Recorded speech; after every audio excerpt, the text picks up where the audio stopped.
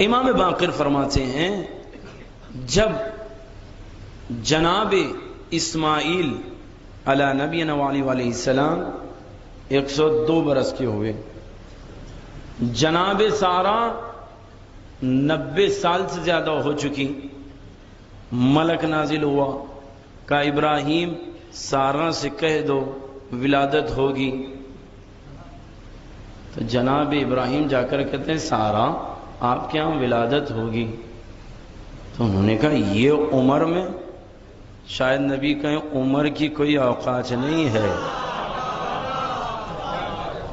جب اللہ دینا چاہے دے گا، اس کو کبھی نہ معیار بنایا تھا نہ بنائے گا، ہوگی ولادت۔ جناب سارہ کے پاس جناب اسحاق کی ولادت ہوئی، لیکن اس سے پہلے جناب حاجرہ کے پاس جناب اسماعیل کی ولادت ہو چکی تھی۔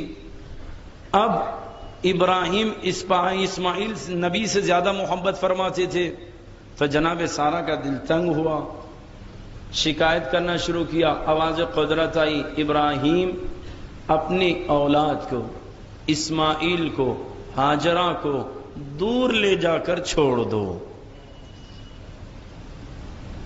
حکم ہوا، ملک نازل ہوا، جناب ابراہیم جناب حاجرہ کے پاس آئے، حاجرہ چھوٹے سے بچے کو لے لو، اور اللہ کہہ رہا ہے دور لے جا کر تمہیں چھوڑ دو۔ تو پلٹ کے جناب حاجرہ نے کیا سوال پوچھا؟ ابراہیم خدا نے کہا ہے نا، خدا نے کہا ہے نا، کہاں؟ کہ میں مطمئن ہوں۔ جناب ابراہیم لے کر چلے، جب ہوا کے دوش پر تھے، جب ہریالی دکھتی، پانی دکھتا، تو جناب ابراہیم ملک سے کہتے، جبریل سے کہتے اتار دو، یہاں رک جائے، کہا حکم خدا کہیں اور ہے۔ لے جا کر پہاڑوں کے قریب صحرا میں چھوڑ دیا، ماں اور بیٹا۔ ابراہیم چلے گئے، ماں تلاش کرتی رہی، بچہ بلک کر رونے شروع کیا۔ اس کے بعد ماں کبھی اس پہاڑ سے اس پہاڑ، اس پہاڑ سے اس پہاڑ، ادھر پیاس کے مارے بچہ ایڑیاں رگڑنا شروع کیا، ادھر ماں نے دعا کی خدایا میرے بچے کو بچا لے، تو اللہ نے اسماعیل نبی کے قدموں سے آب زمزم جاری کر دیا۔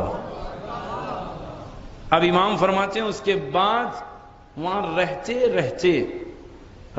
رہتے زمانہ بدلا، نبی اسماعیل بڑے ہوئے، اولاد ہوئی، اولاد کی اولاد، اولاد کی اولاد، کثرت اولاد اسماعیل ہوئی۔ اب امام فرماتے ہیں جب کثرت اولاد ہوئی، ایک جگہ جب کثرت ہو جاتی ہے تو شیطان اختلاف ڈالتا ہے، اختلاف شروع ہوا، یہ بھائی کا مزاج اس سے نہ بنا، اس کا مزاج اس سے نہ بنا، نتیجہ یہ ہوا، امام کہتے ہیں ہر کوئی صحرا میں ایسی جگہ جانا چاہا جہاں پانی ہو، ہریالی ہو، اپنی خانوادے اور فیملی کو لے کر نکلنا شروع کیا۔ تو جب لے کر نکلے تو جناب اسماعیل سے جناب اولاد اسماعیل سے ان کی اولاد نے کہا بابا جا تو رہے ہیں، آپ دادا اسماعیل کی یاد میں جو خانہ کعبہ کا طواف کرتے ہیں اس کا کیا ہوگا؟ باپ گئے، خانہ کعبہ سے پتھر اٹھایا، اپنے ساتھ رکھ لیا اور لے کر چلے، جہاں امام فرماتے ہیں جہاں آباد ہوئے اپنے گھر کے بیچوں بیچ پتھر کو رکھا اور خانہ کعبہ کی یاد میں اس پتھر کا طواف کیا۔ جملوں پر غور رکھیے گا دیکھو، خانہ کعبہ کی یاد میں پتھر کا طواف کیا، خانہ کعبہ کی یاد میں پتھر کا طواف کرنا شروع کیا، نسلیں گزرتی رہی، پتھر کا طواف ہوتا رہا ہوتا رہا ہوتا رہا۔ اب امام فرماتے ہیں باپ نے اولاد کو یہ نہیں بتایا کہ یہ پتھر کعبے کا ہے، نتیجہ یہ ہوا کہ نہ اولاد نے پوچھا نہ باپ نے بیان کیا، نتیجہ یہ ہوا امام کہتے ہیں اولاد اسماعیل پتھر کی پوجا کرنا شروع کر دیا۔ اب یہاں رک کر کے جملہ کو، اگر بزرگ اپنی اولاد کو تعلیم نہیں دو گے تو بچے مسلمان سے مشرک بن جائیں گے، تو جو رسم جاری کریں اس کی وضاحت فرما دیں تاکہ اس کی باتوں کو ذہن میں لایا جائے۔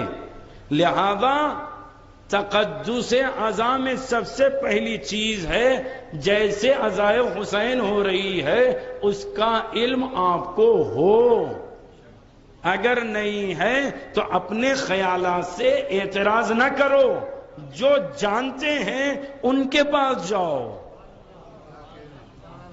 اور یہ جملہ بڑا خطرناک ہے، جو جانتے ہو ان کے پاس جاؤ۔ اب آیت اللہ ریشہری کا جملہ ہے، آغا کراچی نے بھی نقل کیا، دیوانے کو دیوانہ ہی اچھا دکھتا ہے۔ کبوتر کبوتر کے ساتھ پرواز کرتا ہے، تو ایسے کے پاس نہ جائیے جو ادھر ادھر کی باتیں اپنے ذہن سے کہیں۔ کیوں؟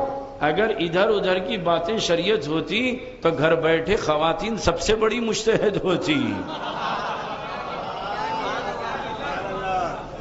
کیوں؟ اس لیے کہ ادھر ادھر کی باتوں سے، قصے گڑنے سے شریعت نہیں بنتی۔ شریعت نام ہے، نحنو ابناء الجلیل، ہم صاحبان جلیل ہے۔ قول امام بھی پیش کرتے ہیں تو قرآن کی روشنی میں پیش کرتے ہیں۔